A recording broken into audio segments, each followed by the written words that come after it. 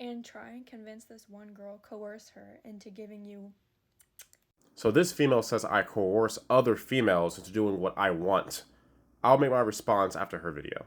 It ranges between 30 to 60 females total that I'm managing, and obviously I have my numerical order. Pause. Let's make it make sense.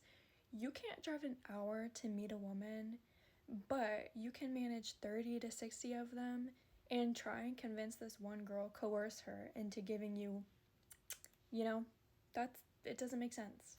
Also, can we stop with calling women females? I never hear girls calling men males. It's just weird and it's gross. And anyways, you're addicted to being a freaking garden tool. Like, what are you doing? So the first part of her video, she says I can't drive an hour, but I manage 30 to 60 females. Well, no, I cannot drive an hour for a female that isn't worth it, for a female that isn't as valuable as the other females. I cannot do that. You have to understand that my time is valuable. So when I do drive, it has to be appreciated. Everything I do have to be appreciated and understood that I have more value in exchange. So my time is worth anything that I give you. That's something that you have to understand. So for other girls, would I drive to see them? Of course. But this female, her only value was her punani. So if she does not want to give me that, then there's no point in seeing her because that's all she has to offer. That's it.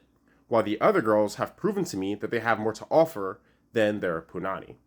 The next thing you said is that I'm trying to convince a female to give me the punani. It doesn't work that way. I treat it like employment.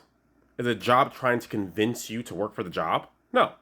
They say this is the opportunity, and it's the girl's choice to take the opportunity to be a part of my life because I cannot be replicated. I'm very, very rare in general in the dating game. I know this, and that doesn't mean I get to be a dickhead, but it also means that I understand my value and I can leverage it, which is true. So, no, I don't have to convince any female to give me the punani. I say these are the rules, these are the requirements. Do you meet these requirements? Have you met the rules? She did not follow the rules. She's disqualified and or transaction is canceled. So think of it like this. The girl puts in her pending order to get my attention. All right? Nothing's official. It's just sitting there.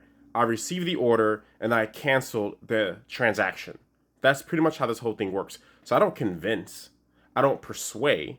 I simply say what the rules are. And she makes the decision to either accept the opportunity or turn it down, which is usually her downfall.